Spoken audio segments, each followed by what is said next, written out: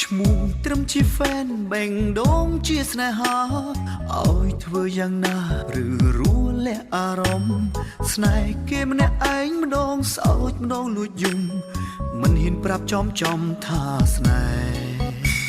ហ៍ឲ្យតែជប់មុខបែងដងលោតឌុកដាក់លោតខុសចង្វាក់អភ័យមិនទេពេលអូនសួរនាំបងបែអៀនឡើងខ្វេ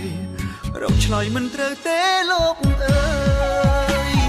ដឹងអូនជាតារាមិនខ្វល់អ្នកតាមស្នេហ៍ឡើយតែបងមិនអាចដើរប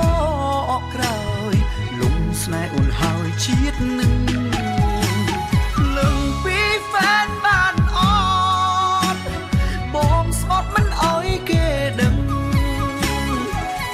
គេសួរថាហ្វេនប្រលឹងកាពីគេដឹងធ្លាក់កោ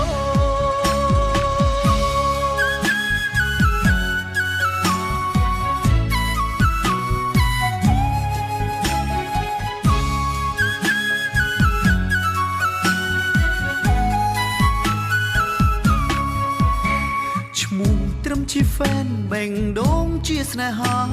ឲ្យធ្វើយ៉ាងណាឬរួលះអារម្មណ៍ស្នេហ៍គេម្នាក់ឯងម្ដងសោចម្ដងលួចយំមិនហ៊ានប្រាប់ចំថាស្នេហ៍ឲ្យតែជប់មុខបែងដងលោតឌុកដាក់លោតខុសចង្វាក់អភ័យមិនទេពេលអូនសួរនាំបងបែអៀនឡើងខ្វេរកឆ្លើយមិនត្រូវទេលោកអើយដឹងអូនជាតារាមិនខ្វល់អ្នកតាមស្នេហ៍ឡើយតែបងមិនអាចដើរបកក្រោយលំស្នេហ៍អូនហើយជាតិនឹងលឹងពីហ្វេនបានអត់បងស្បត់មិនអោយគេដឹង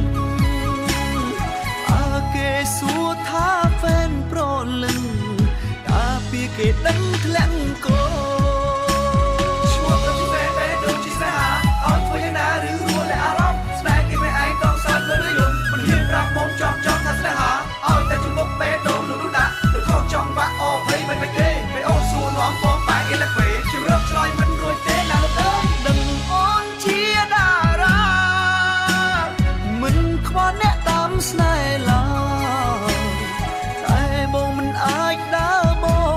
កក្រោយលំស្នេហ៍អូនហើយជាតិនឹងលឹងពីហ្វេនបានអ